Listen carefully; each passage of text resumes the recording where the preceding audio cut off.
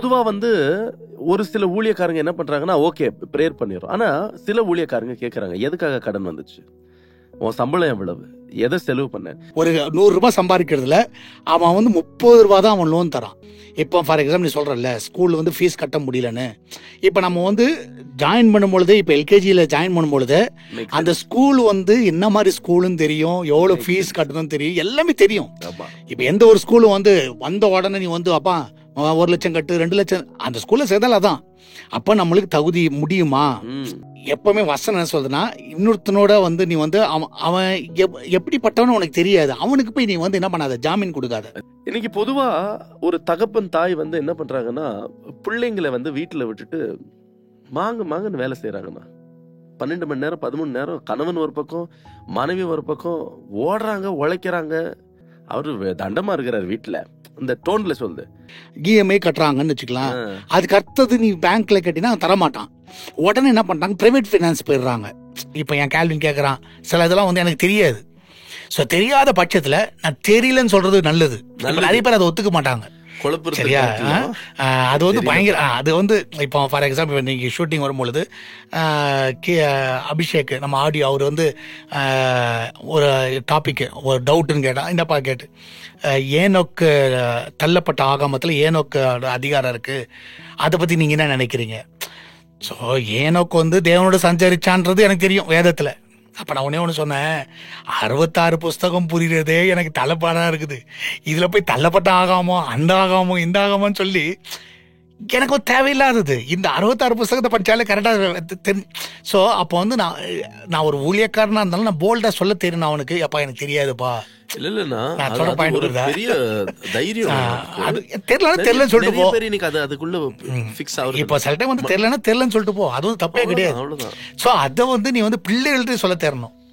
பிள்ளைகள் வந்து ஒரு காரியத்தை கேட்கறாங்களா, தெரியலனா தெரியல, சரியா அப்படின்னு சொல்றத வந்து நீ வந்து பழக்கமாக்கிக்கோ. அது வந்து பெரிய விஷயமே கிடையாது. நம்ம அந்த டைம்ல உட்காந்து நம்ம கௌரவத்தை பார்ப்போம், அவனுக்கு நல்லா தெரியும் அப்பாவுக்கு தெரியல கதை விட்டுட்டு இருக்காரு பாருன்னுவான். எதுக்கு இது? ஸோ நம்ம வேல்யூ அவங்க வந்து கம்மியாக்க கூடாது.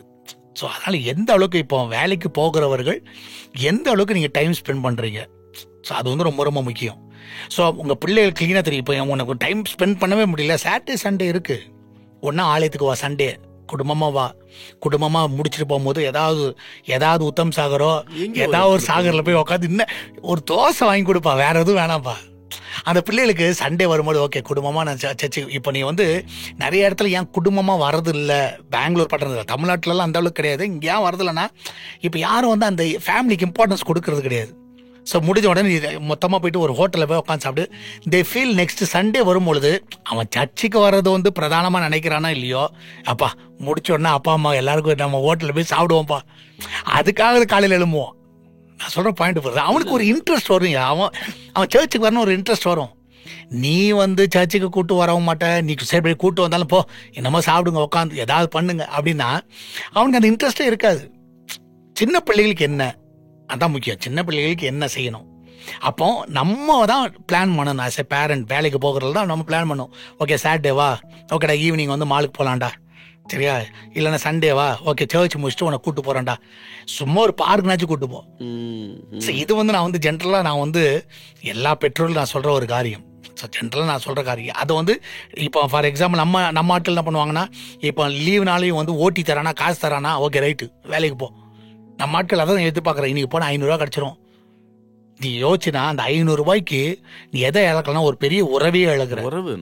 அதுதான் என்னுடைய உறவையே நீங்க இழக்கிறீங்க. அதுதான் சரி, 500 ரூபா பெருசா உன் உறவு பெருசானா உன் பிள்ளையோட அன்பு மாதிரி எந்த அது எதுக்கு ஜென்ரலா சொல்றேனே, அந்தந்த ஏஜ் இப்போ சின்ன பிள்ளையா இருக்கும் போதுதான் நம்ம வந்து கொஞ்சம் முடியும். அடுத்து நான் சொல்ல வந்தேன், நீங்க சொல்லுங்கண்ணா. இல்ல சொல்றேன், அந்த பிள்ளை வந்து சின்ன பிள்ளையா இருக்கும்போது கொஞ்சம் முடியும். 25 வயசுல விட்டு தூக்கி வச்சுட்டு கொஞ்சம் முடிவா நீனு? நான் இது உண்மை. நான் இப்ப நீங்க சொல்ல பாருங்க, போன வாரம் ஒருத்தர் சந்திச்சேன்னா, ஒரு கன்ஸ்ட்ரக்டர், அவர் என்கிட்ட என் பிள்ளைங்களுடைய போட்டோஸ் எல்லாம் பார்த்துட்டு இருந்தாரு, அதுல நிறைய வீடியோஸ் எல்லாம் இருந்துச்சு. நாங்கள் அப்படியே பேசிட்டு இருக்கும்போது அவர் உடனடியாக அழ ஆரம்பிச்சிட்டாரு. என்னடா நம்ம போட்டோ வீடியோ பார்த்து இவர் ஏன்டா அழுகுறாருன்னு எனக்கு ஒரு ஷாக்கு. பிரதர் ஏன் என்ன ஆச்சுன்னா அப்படியே இப்படி பிடிச்சிட்டு இப்படி கையெல்லாம் உதறிட்டு இருக்குது, அழுகுறாருனா எனக்கு குழப்பம். என்னடா ஏன் மனைவி பிள்ளைங்க போட்டோவை பார்த்துட்டு ஏன் அழுகுறாரு பிரதர், என்னாச்சுன்னா அப்ப சொல்றாரு, எனக்கு 2 பிள்ளைங்க. ஒருத்தர் இப்போ காலேஜ் போகிறான், 10th ஸ்டாண்டர்ட் படிக்குது பாப்பா. பிரதர், உண்மையிலேயே உங்களை பார்த்து எனக்கு எனக்கு பொறாமை வந்துருச்சு, எனக்கு கண்ணீரம் வந்துருச்சு. என் பிள்ளைங்கள்கிட்ட நான் நேரமே செலவழிக்கல, இது வரைக்கும் நேரம் செலவழிக்கல, வேலை வேலை வேலை வேலை வேலைன்னு இருந்துட்டேன். இப்போ நீங்கள் சொன்ன அதே வார்த்தை, இன்னைக்கு என் பிள்ளைய கொஞ்சணும்னா கொஞ்சம் முடியல. அவன் காலேஜ்க்கு, அவன் வேற உலகத்தில் இருக்கிறான், என்கூட பேசக்கூட இல்லை. அவன் என்ன கேட்குறான்னா, நீ என் கூட நேரம் செலவழிச்சான்னு கேட்குறான். என் பொண்ணு இன்னைக்கு வளர்ந்துட்டா. என் பொண்ணை வந்து கட்டி பிடிக்கணும், என் மடியில் கட்டின்னு கொஞ்சணும் நல்லா ஆசை. 10th கிளாஸ் படிக்கிறா. என் பொன் பிள்ளைகிட்ட நான் ஒரு தகப்பனா இருந்தாலும் முத்தமிட்டு பேச முடியாது. அதெல்லாம் நினைச்சிட்டு அழுகுறாருண்ணா. இப்ப நீங்க அதே வார்த்தையை சொல்லும் போது நான் அதை கோரிலேட் பண்றேன். நிறைய பேர் பாருங்க, வேலை பிசினஸ் சொல்லிட்டு அந்த சின்ன வயசுல அந்த பிள்ளைகளுக்கு கொடுக்க வேண்டிய அன்பு அரவணைப்பு அதை கொடுக்க மாட்டாங்க. அவன் ஒரு 20 வயசுல அவன் வந்து ரியலைஸ் பண்ணுவான், இவர் ஒண்ணுமே கட்டுக்கல, இவர் வேலை வேலைன்னு போயிட்டாரு, பிசினஸ் போயிட்டாரு. ஸோ அவனுடைய மைண்ட் செட் அப்படியே மாறிடும். அவனுக்கும் வந்து அந்த ஒரு ஈர்ப்பு இருக்காது, எதுவுமே இருக்காது அவனுக்கு. ஒரு பெட்ரோல் மேலே ஒரு ஈர்ப்பு இருக்காது. ஸோ எனக்கு தெரிஞ்சு நீங்கள் வந்து டைம் ஸ்பெண்ட் பண்ணுங்கள் உட்காந்து. ஸோ ஒரு லீவ் வருதா, இப்போ ஃபார் எக்ஸாம்பிள் நீ வந்து உன் இஷ்டத்துக்கு லீவ் போடாமல் பிள்ளைகளுக்கு லீவ் இருக்கிறது உனக்கு தெரியும். ஒரு குவார்டர்லி எக்ஸாம்னா, ஒரு ஆஃப்லி எக்ஸாம்னா, ஒரு மிட்டம் வருது, ஏதாவது ஒரு லீவ் இருக்கும் உனக்கு. அதுக்கு இப்போ தசரான்றது லீவுன்னு தெரியும் உனக்கு, தசரா ஹாலிடேஸ் வந்து லீவ். அப்போ முன்னாடியே வந்து உனக்கு தெரியணும், ஓகே தசராக்கு ஒரு 5 நாள் லீவ் இருக்குது, 5 நாள் வந்து நம்ம ஆஃபீஸ்க்கு அதுக்கேற்ற மாதிரி பிளான் பண்ணி உன்னால் முடியாதெல்லாம் கிடையாது. அதுக்கேற்ற மாதிரி நீ பிள்ளைங்கள்ட்ட தான் சொல்லலாம், தசரா அன்னைக்கு நம்ம 5 நாளும் வெளியே போகலாம், வெளியே. அப்போ அந்த பிள்ளைங்களுக்கும் ஒரு எண்ணம் இருக்கும், ஓகே அப்பா அம்மா நம்மளை கூப்பிட்டு போவாங்க, 5 நாள் நம்ம கூட இருப்பாங்க. நீ அந்த டைமில் உட்காந்து தசராவில் உட்காந்து 5 நாள் சொல்லிட்டு போகாமதுன்னா கடுப்பு. ஸோ இதை வந்து நம்ம வந்து கண்டிப்பாக வந்து ஜென்ரலாக வந்து ஒர்க்கிங் போகிறவங்க கண்டிப்பாக வந்து அதை கண்டிப்பாக பிளான் பண்ணணும். ஊழியக்காரராக இருக்கிற நம்மளும் நம்ம பிளான் பண்ணணும். சும்மாலாம் உட்காந்து ஊழியம் சொல்லிட்டு நீங்கள் சொன்னீங்களே, அவரு ஏலி சாமுவேல் கிட்ட நேரம் செலவழிச்சு சாமுவேல் அரசர்களை ராஜாக்கள் அபிஷேகம் பண்றதுதான் வாழ்ந்துட்டாரு, பிள்ளைங்களை விட்டாரு. இந்த நேரம் தான் மேட்டர்ஸ். அது வந்து ரொம்ப ரொம்ப முக்கியம். அது வந்து ரொம்ப ரொம்ப முக்கியம். ரொம்ப சந்தோஷம் அண்ணா. ஏன்னா எனக்கு தெரியும் நிறைய இந்த நிகழ்ச்சியை வந்து நிறைய சகோதரிமார்கள் பாக்குறாங்க. எனக்கு இன்னொன்னு வந்து என்ன பண்றாங்கன்னா, இப்போ வந்து யாருன்னா ஒரு கேர் டேக்கர் மாதிரி யாருன்னா சர்வெண்ட் வச்சிடுறாங்க, சரியா? அதெல்லாம் வந்து எப்படி பழப்பாங்க அப்படின்றது ஒரு சின்ன இன்சிடென்ட் சொல்லிடுறேன்னா, இது போய் சேரட்டும். ஒரு ரீசெண்ட் டேஸ்ல ஒரு நியூஸ் பார்த்தேன். ஒருத்தன் பிள்ளைய திருடுறவன் கடத்தின்னு போயிட்டுக்கிறான் ஒரு பிள்ளைய. இது நியூஸா வந்துச்சு. ஆமா, அந்த பிள்ளை அவங்க கிட்ட வர அந்த குழந்தைய கடத்தின்னு போயிட்டுக்கிறான். பெத்தவங்க போய் கூப்பிடுறாங்க, பிள்ளை வரமாட்டேங்குது, அழுவுது. நான் நினைச்சேன் அப்படே என்னன்னா காட்டுல அவன் நிறைய நேரம் செலவு பண்ணி நல்லா அன்பு காட்டிட்டான். அதான் இல்லையா, அதான் விஷயம். நீ தகப்பனா தாயா இல்ல, நேரம் கொடுத்து அன்பு காமிச்ச மேல அந்த பிள்ளை அன்பா இருக்குது. நான் சொன்னது போல இதை பொதுவா இந்த நிகழ்ச்சி எனக்கு வர கால்ஸ் ஃபீட்பேக் எல்லாமே சகோதரிகள்ட்ட இருந்து அதிகமா வரும். அண்ணன் நான் இந்த காரியத்தை பார்த்தேன், அண்ணா இந்த காரியத்தை விளக்கமா சொன்னாரு, எனக்கு புரிஞ்சது, நீங்க இந்த கேள்விக்கு அப்படி ஃபீட்பேக். சில டைம் இதுல இன்னொன்னு வந்து நான் சிலர் வந்து வெளிநாட்டுல போய் இருப்பாங்க, பிள்ளைங்க வந்து இங்க இருப்பாங்க, சரியா? இதுல வந்து பயங்கரமான விஷயம் இருக்கு. இப்ப அவங்க வெளிநாட்டுல இருந்தாலும் they must sacrifice the sleep. ஏதாவது சாக்ரிஃபைஸ் பண்ணணும். அட்லீஸ்ட் பிள்ளைகள்கிட்ட டெய்லி வீடியோ காலில் பேசு. வீடியோ காலில் உட்காந்துட்டு, ஓகே என்னடா பண்ற, ஏது பண்ற, ஹோம்ஒர்க் பண்ணியா, சாப்பிட்டியா, அவங்க கூட உட்காந்து சந்தோஷமா பேச ஆரம்பிங்களேன். ஏன்னா டெக்னாலஜி இருக்கு. முன்னாடிலாம் அந்த டெக்னாலஜி கிடையாது. இன்னைக்கு டெக்னாலஜி இருக்கு. நீ எந்த ஃபாரின்ல இருந்தாலும் நீ வந்து ஏதாவது ஒரு மெத்தட்ல நீ வந்து பேசல, வீடியோ காலில் பேசிட முடியும். ஸோ அப்போ வந்து ரெகுலரா நீ வந்து பிள்ளைகள்கிட்ட பேசிட்டே இருக்கும் பொழுது அவங்களுக்கு வந்து ஓகே நம்ம அம்மா அங்கே இருந்தாலும் சரி, நம்ம அப்பா அங்கே இருந்தாலும் சரி, ஒரு பிரிவை வந்து அவங்க ஃபீல் பண்ண மாட்டாங்க. அந்த ஒரு பிரிவை வந்து அவங்க வந்து மனசுல கூட கொண்டு வர மாட்டாங்க. இப்போ நீ வரேன்னு சொன்னா சந்தோஷமா இருக்கும் அவங்களுக்கு. இப்போ நீ அதே இது நீ பேசாம ஒரு வருஷம் கழிச்சு வாயேன், வந்தியா, ஓகே ரைட், ஓகே ஓகே, அவன் வீட்டில் இருக்க மாட்டான். அவன் பழகிட்டான். அவன் நீ பெரிய மேட்டரே கிடையாது. அவன் இன்னும் நான் வந்தா கூட வீட்டுல பிள்ளைங்க இருக்கிறது இல்லைன்னா நீ வந்து ஒரு வருஷம் என்ன பேசின அவன்கிட்ட ஒண்ணுமே பேசல. ஸோ அட்லீஸ்ட் உனக்கு வந்து வீடியோ கால் பண்ண முடியல, நார்மல் கால்னாச்சும் பேசு, நல்லா சந்தோஷமா பேசு. அவன்கிட்ட உட்காந்து திட்டிட்டு இருக்காம நல்லா சந்தோஷமா பேசி. பழி வேற உனக்காக தானே நான் கஷ்டப்பட்டு நேரம் கொடுக்காத.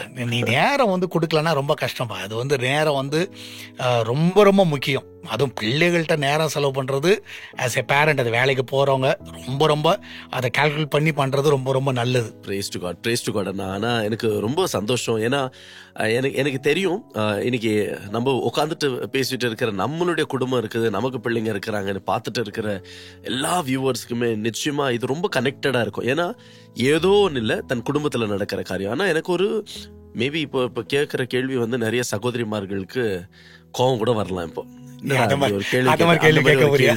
கேள்வி நான் ஒரு வசனம் இருக்குது, எனக்கு ரொம்ப பிடிச்ச ஒரு அதிகாரம். நீதிமொழிகள்ல வந்து குணசாலியான ஸ்திரியை குறிச்சு அதிகமா சொல்லியிருப்பாங்க. அதுல ஒரு வசனம் சொல்லும், அந்த குணசாலியான ஸ்திரீ இருட்டோட எழுந்து தன் வீட்டாருக்கு ஆகாரம் கொடுப்பாள், தன் வேலைக்காரர்களுக்கும் படி அழைப்பாள். ஸோ இது வந்து one of the finest quality of ஒரு குணசாலியான ஸ்திரீ. ஆனா இன்னைக்கு இந்த ப்ளூ பிரிண்ட் போடுவாங்களா நான் வீடு கட்டுறதுக்கு, அதுல கிச்சன்ன்ற பகுதியே மிஸ் ஆயிட்டு இருக்கு.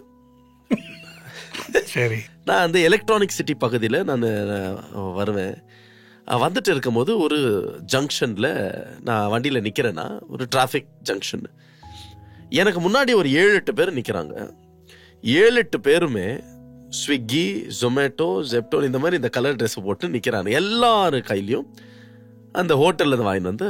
அப்போ நான் நினைக்கிறேன், எங்கத்துல இருந்து இவங்க இவ்வளோ பேர் வந்திருக்க. நீங்க இப்போ நீங்க சாதாரணமா இப்போ போனா கூடனா, நீங்க வண்டியில போகும்போது பார்க்கும்போது குறைந்தபட்சம் ஒரு 20-25 பேர் அந்த கம்பெனியை சார்ந்தவங்க, ஃபுட்டு டெலிவரி பாய்ஸுங்க வந்து கடந்து போவாங்க. அப்போ எனக்கு தோணும், என்ன இது காலம் எப்படி மாறிடுச்சு. ஒரு சகோதரன் வீட்டுக்கு நான் போய் உக்காடுறேன், ரொம்ப நாள் கழிச்சு போய் உக்காடுறேன். உக்காந்தா முதல்ல வீட்டுக்கு போனதுமே தண்ணி எடுத்துட்டு வந்து கொடுப்பாங்கன்னா, ஒரு காஃபி போட்டுன்னு வந்து கொடுப்பாங்க.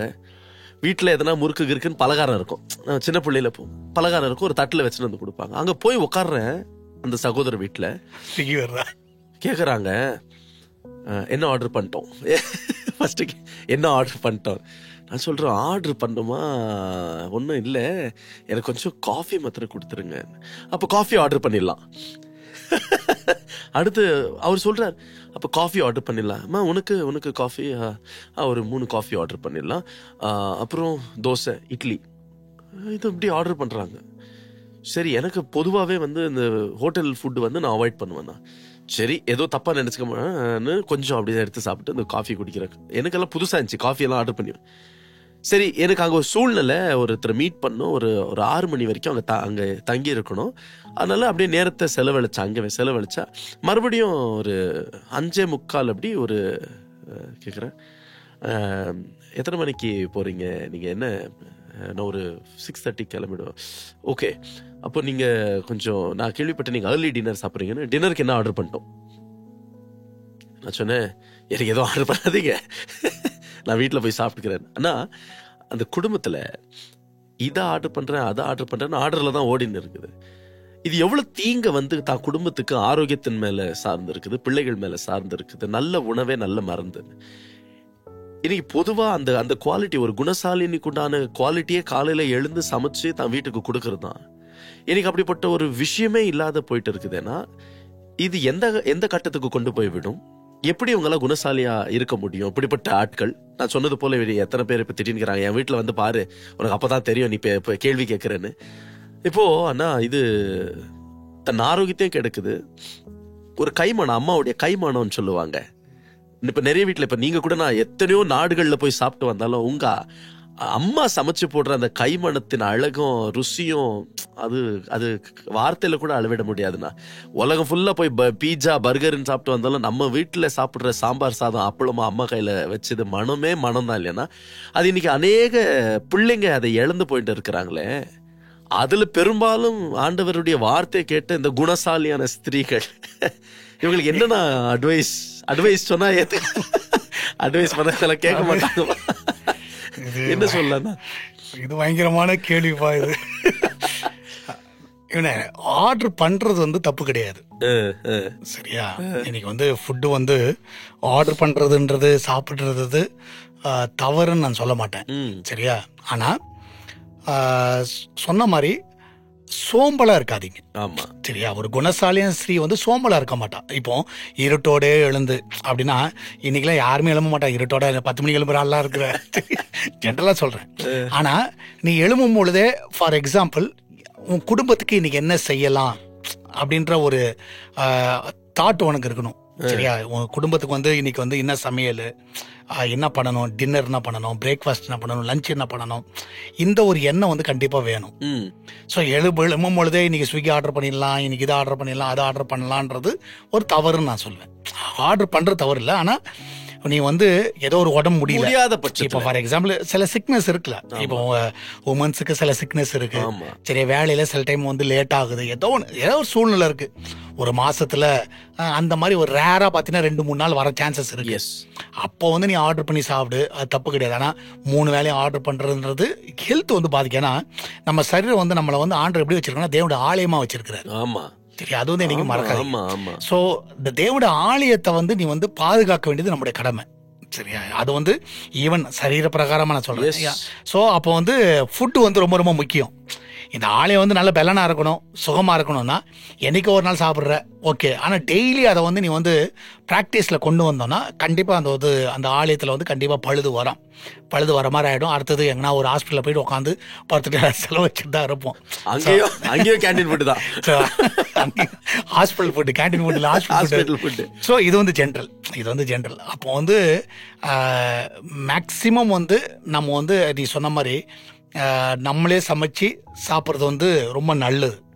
ஸோ இன்னொன்று வந்து நான் என்னுடைய பர்சனல் ஒப்பீனியன் என்ன சொல்லுவேன்னா, இன்றைக்கி இருக்கிற காலகட்டத்தில் 2 பேரும் வேலைக்கு போகிறனால 2 பேரும் வந்து ஒத்தாசையாக சமைக்கிறதுல கொஞ்சம் ஒத்துழைப்பு கொடுத்தா ரொம்ப நல்லது. ஒன்றை வசனம் சொல்லுது, இருட்டோடு எழுந்து ஒன்றா எழும்ப சொல்லுது, அதனால் நீ போய் வேலை செய்யு அப்படின்னு சொல்றது 2 பேருக்குமே பங்கு. அது 2 பேர் சில இடத்துல நீ பாத்தீங்கன்னா நான் கிச்சன்ல போக மாட்டேன், எங்க அம்மா வந்து கிச்சன்ல அனுப்புறது, இது வந்து தவறு. நான் வந்து ஜென்ரலா சொல்றேன், நீனும் போ கிச்சன்ல போ, ஏன்னா அவளும் சம்பாதிக்கிறா போறா, நீனும் சம்பாதிக்க போற. அப்போ உன்னால முடிஞ்சது ஃபார் எக்ஸாம்பிள் ஏதோ பாத்திரம் கழுவி வை, வெஜிடபிள் கட் பண்ணி கொடு, ஏதாவது ஒண்ணு பண்ணு. நான் வந்து மைனர் மாதிரி உட்காந்துருப்பேன், அது வந்து தவறு. அதை உட்காந்துட்டு நீ வந்து குணசாலின ஸ்திரீ இல்லைன்னா நீ உனக்கு குணமே இல்லை. அது வந்து குணமே கிடையாது. அப்போ வந்து நீ வந்து ஏதாவது ஒன்று பண்ணு. ஸோ வாஷிங் மிஷின்ல துணி போடு, போய் காய போடு, சரியா? ஏதாவது ஒன்று செய்யு. ஒத்தாசையா நீ இருக்கிறது வந்து தப்பு கிடையாது, சரியா? இதை நீ பண்ணினா கண்டிப்பா அது நடக்கும். நான் சொல்றேன் புரியுதா? இப்போ நீ பாரு, இப்போ அவங்களே வேலைக்கு போயிட்டு வராங்க, ஃபுல் பேர்டன் அவங்களுக்கு இருக்குதுன்னா, இப்போ ஃபார் எக்ஸாம்பிள் வீட்டுக்கு வந்தோன்னே பாக்குறாங்க, அட்லீஸ்ட் பிள்ளைக்கு டியூஷன் பாடம் சொல்லி கொடுங்க. ஹஸ்பண்டா நீ பாடம் சொல்லி கொடு. அப்போ அவங்களுக்கு ஒரு ஃப்ரீ டைம் இருக்கு, அவங்க போய் சமையல் செய்ய முடியும். நீ சில ரீசன்ஸ் எல்லாம் பார்க்கணும். ஏன் வந்து அவங்க ஆர்டர் பண்றாங்கன்னா, இப்போ வந்த உடனே பிள்ளைக்கும் டியூஷன் சொல்லி கொடுக்கணும், துணியும் துவைக்கணும், பாத்திரம் விளக்கணும், எல்லாமே இருக்கும். அப்போ அவங்க என்ன யோசிக்கிறாங்கன்னா, என்னடா இது அங்கேயே அவள் டென்ஷன், ஓகே ஆர்டர் பண்ணு. இல்லைன்னா ஒரு காலகட்டத்தில் வந்து 7 மணிக்கு தூங்கிடுவாங்க, காலையில எழுவாங்க. கண்டிப்பா இப்போ அப்படி கிடையாது. எல்லா வேலையும் செஞ்சுட்டு படுக்கிறதுக்கு 1 மணி ஆயிடுது. அப்போ வந்து அவங்க வந்து ஆர்டர் பண்றது நம்ம ஒண்ணுமே பேச முடியாது. இப்போ அவங்களை கேட்டு பாரு, என்னம்மா ஆர்டர் பண்ணி சாப்பிடுங்க, பாஸ்டர் நாங்க டெய்லி வேலைக்கு போறோம், வீட்டுல யாரு பெருக்கிறது, யார் துடைக்கிறது, யார் செய்யறது, நாங்க தான் செய்யணும். சோ அப்போ வந்து அது பார்த்தீங்கன்னா வேலிடா தெரியும். அவங்க பாயிண்ட் வந்து அதுக்கு நீ கூட மாதிரி ஹெல்ப் பண்ண, சரிம்மா நீ வந்துரு, நான் பாத்திரம் விளக்குறேன், சரியா, துணி காய போட்டுறேன், நீ அதுக்குள்ள ஒரு சாம்பார் வையின்னா கண்டிப்பா செய்வாங்க, செய்ய மாட்டேன்னு சொல்ல முடியாது. எந்த சகோதரி மேலும் அதை செய்வாங்க. இல்ல எல்லாம் நீ தான் செய்யணும், நான் மைனர் மாதிரி உட்காந்துருப்பேன், நீ வந்து அது வந்து தப்பு. அப்போ வந்து அவங்க என்ன பண்ணுவாங்க, போய் ஆர்டர் பண்ணி சாப்பிடியா, உன் உடம்பு எப்படி போனா எனக்கு என்ன இருக்குது, நீ ஆர்டர் பண்ணி சாப்பிடு, எனக்கு தேவை. ஸோ இது வந்து நிறைய குடும்பங்கள்ல நடக்குது. நிறைய பேர் கிச்சன் பக்கமே போக மாட்டான். சில இடத்துலலாம் சில இதுலலாம் இருக்குது, அவனுக்கு வந்து கிச்சன் பக்கம், எனக்கும் கிச்சனுக்கு சம்மந்தமே கிடையாது, வெறும் பிளேட்டை கூட எடுத்து வைக்க மாட்டான். அதெல்லாம் சரியா, உன் பிளேட்டை நீ எடுத்து போய் கழுவி போடு, ஏதாவது நீ செஞ்சு ஆகணும். ஸோ இதெல்லாம் நீ பண்ணினா நீ குணசாலின ஸ்திரீயை கண்டுபிடிக்கலாம், சரியா? இதெல்லாம் பண்ணாம இருந்தீங்கன்னா அது வந்து கண்டிப்பா இருட்டோட எழும்பாது, சரியா, எதுவுமே செய்யாது, எல்லாம் பண்ணாது. சில டைம் நம்மளோட மிஸ்டேக்ஸ் இருக்குப்பா, நம்மளோட மிஸ்டேக்ஸ் இருக்கு. ஸோ அதனால எனக்கு தெரிஞ்சு ஒரு ஃபேமிலின்னு வரும்பொழுது எல்லாரும், இப்போ பிள்ளைகள் வந்து ஒரு நல்ல ஒரு வளர்ந்த பிள்ளைங்களா இருக்காங்களா, அவங்கள பெருக்க சொல்லு, அவங்க அம்மாவுக்கு உதவியா இருக்க சொல்லு, ஏதாவது ஒன்று பண்ண சொல்ல. ஸோ ஆட்டோமேட்டிக்கா அந்த வீட்டில் வந்து எனக்கு தெரிஞ்சு ஸ்விக்கி ஜொமேட்டோக்கு வந்து வேலையே இருக்காது. ஸோ இதெல்லாம் நீ அவங்க வந்து சரியா செய்யாத பட்சத்தில் இவன் சம்பாதிச்சுட்டு போறான், ஹோட்டல்காரன் சம்பாதிக்கிறான், நீ உன் உடம்ப வந்து நீ கெடுத்துட்டு நீ. அதுதான் மேட்டர் இல்லைன்னா, இப்போ நீங்க சொன்னது போல சோம்பல் தான், சோம்பல் மேட்டர். இப்போ நீ சொன்ன அதிகாரம் வந்து அந்த இது நீதிமொழிகள் 31 அதுல நீ பாத்தீங்கன்னா 27வது வசனத்துல அவள் சோம்பலின் அப்பத்தை புசியாமல் அந்த அப்ப வந்து சோம்பேறி கிடையாது. குணசாலியான ஸ்திரீ வந்து சோம்பலா இருக்க மாட்டான். சரியா? தன் வீட்டு காரியம் எப்படி நடக்கிறது என்று கண்ணோக்கமா இருக்கிறாள். அப்போ அவ கண்ணு வந்து வீடு எப்படி இருக்குது, என்ன நடக்குது எல்லாம். அப்போ அவ பாத்தீங்கன்னா ரொம்ப அழகான வசனம் 28ல அவள் பிள்ளைகள் எழும்பி அவளை பாக்கியவதி என்பார்கள். யார? சுறுசுறுப்புள்ள அம்மா. அப்ப அம்மா இது வந்து வெறும் அம்மாவும் எடுக்காம அம்மா அப்ப 2 பேரும் எடுங்க. சரியா? 2 பேரும் சேர்ந்து ஏதாவது என்ன செய்ய முடியும். இவனை இப்போ ஃபார் எக்ஸாம்பிள் இப்போ நான் வந்து என் பிள்ளைய வந்து ஸ்கூல்ல போய் விட முடியும். இப்ப சில இடத்துலலாம் பார்த்தீங்கன்னா சில ஹஸ்பண்ட் மாதிரிலாம் நீனே போய் ஸ்கூலுக்கு போய் விட அவங்கள, நீனே பிக்கப் பண்ணிட்டு வா. சிலர் வந்து அதான் மைனர் மாப்பிள்ளைன்னு சொல்லுவோம் இவங்களெல்லாம். இந்த மைனர் மாப்பிள்ளைக்கெல்லாம் அதை செட்டே ஆகாது. அவனை கல்யாணமே பண்ணிருக்க கூடாது. ஆமா, உனக்கு வந்து அந்த மாதிரி கேட்டகரி வந்து நீ கல்யாணமே பண்ணாதான் சொல்லுவேன். இதுல பெத்தவங்க இப்ப இதுல பிள்ளைய நான் அப்படி வளர்க்கல, அவன் தட்டு தொடல, அதை பண்ணல, இதை பண்ணல. ஒரு ஃபேமிலி வந்து பொண்ணு பார்க்க போனாங்க. சரியா? பொண்ணு பார்க்க போகும்பொழுது இப்ப அந்த பொண்ணு வீட்டுல கிளீனா சொல்லிட்டாங்க. என்ன சொல்லிட்டாங்கன்னா, என் பொண்ணு சமைக்க மாட்டா, என் பொண்ணு காலையில எழும்ப மாட்டா, என் பொண்ணு எதுவும் செய்ய மாட்டா, இஷ்டம்னா கல்யாணம் பண்ணிக்கும். இந்த பைத்தியக்காரன் ஃபர்ஸ்ட் சைனே சரியான சைன் அதெல்லாம். சரியா? சமைக்க மாட்டா, எழுவ மாட்டா, செய்ய மாட்டா, எதுவுமே பண்ண மாட்டான். ஆனா இவங்க என்ன பண்ணாங்கன்னா, என்ன பாஸ்டர் பண்றது, அவனுக்கு வயசாயிடுச்சு, வேற பொண்ணும் கிடைக்கல, ஓகே கல்யாணம் பண்ணிட்டாங்க. இப்ப அவ சொன்ன மாதிரி கரெக்டா பண்றா. நான் அந்த பொண்ணை தப்பே சொல்ல மாட்டேன். சரி, அந்த பொண்ணு வந்து கிளீனா சொல்லிட்டா, ஸ்டார்டிங்கா சொல்லிட்டா, நான் சமைக்க முடியாது, என்னால் எழும்ப முடியாது, நீ தான் சம்பாதிச்சு கொடுக்கணும். சரியா? எல்லாம் கிளீனா சொல்லியாச்சு. சொல்லி மீறி நீ பண்ணிட்ட. இப்போ உக்காந்துட்டு பாஸ்டர் என்ன பண்றது தெரியல பாஸ்டர், எழும்ப மாட்டுக்கா. அதான் ஸ்டார்டிங்கே சொல்லிட்டேன், எழும்ப மாட்டேன்னு, சமைக்க மாட்டுக்கா. அப்ப நீ தான் சமைச்சாகணும். நீ அதை நான் எல்லாம் பாத்துக்கிறேன் சொல்லிட்டு தானே பண்ணிட்டேன். இப்போ உட்காந்துட்டு அவ குணசாலி, அவ சரியான குணம் எனக்கு தெரிஞ்சு. ஸ்டார்டிங்கே சொல்லிட்டேன் எல்லாமே, இதுதான் என் கண்டிஷன், இதுதான் நான் பண்ணுவேன், இதான் கட்டிக்க எல்லாம் போயா, நீ இல்லைன்னா வேற ஆளு. இருட்டு எனக்கு சம்மந்தம், நான் வெளிச்சத்தே பார்க்க மாட்டேன், நான் சூரியனே பார்க்க மாட்டேன் அப்படின்னு கிளீனா ஆரம்பிக்கும் போது சொல்லிட்டா. இவள்கிட்ட போய் நம்ம போய் எதிர்பார்க்கறது தவறு. இவள்கிட்ட போய் உக்காந்துட்டு நீ வந்து அம்மா, அவ கண்டிப்பா டெய்லி சொமேட்டோல தான் ஆர்டர் பண்ணுவா எனக்கு தெரிஞ்சு, ஓப்பனா சொன்னா. சோ நம்ம வந்து யாரை நம்ம இது பண்றோம் அது ரொம்ப முக்கியம். அப்போ ஒரு அந்த வசனம் சொல்லுதுன்னா, குணசாலியான ஸ்திரியை கண்டுபிடிப்பவன் யார்? அதுக்கு வந்து பதில் அங்க அவன் கர்த்தருக்கு பயந்தவனா இருந்து அவருடைய பாதையில நடக்கிறவனா இருந்தா, அப்ப கர்த்தருடைய பாதையில நடக்கிறவன் இதெல்லாம் செய்வான், ஒத்தாசை செய்வான். துணி கசகணுமா ஒத்தாசை செய்வான், சமைக்கணுமா ஒத்தாசை செய்வான். கர்த்தருக்கு பயந்தவனா இருந்தானா கண்டிப்பா வந்து ஓகே, மனைவி கஷ்டப்படுறாளா, ஓகே செய், உட்காந்து சமைக்கிறது தப்பு இல்லையே. அந்த பெண்ணும் மகனையும் ஊர்களுக்கு அனுப்புறாங்க திருமணத்துக்கு முன்னாடி ப்ரீ வெட்டிங் ஷூட்டுக்கு.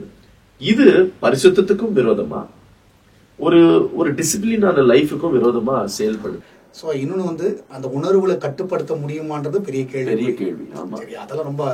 ஸோ எனக்கு தெரிஞ்சு அது வந்து கிறிஸ்தவ சமுதாயத்துக்கு, கிறிஸ்தவர்களுக்கு, ஒரு பரிசுத்தத்தை விரும்புகிறவனுக்கு அது வந்து தகுதியான ஒரு காரியம் கிடையாது. இல்ல, நான் யாரும் கம்பேர் பண்றதுக்கு இல்ல. பொதுவா வந்து என்ன பண்ணுவாங்கன்னா, வேதத்துல இப்படி சொல்லுச்சு அப்படி சொல்லுச்சுன்னு வேதத்தின் காரியங்களை சொல்றதுக்கு இன்னைக்கு அநேக ஆட்கள் இருக்கிறாங்க.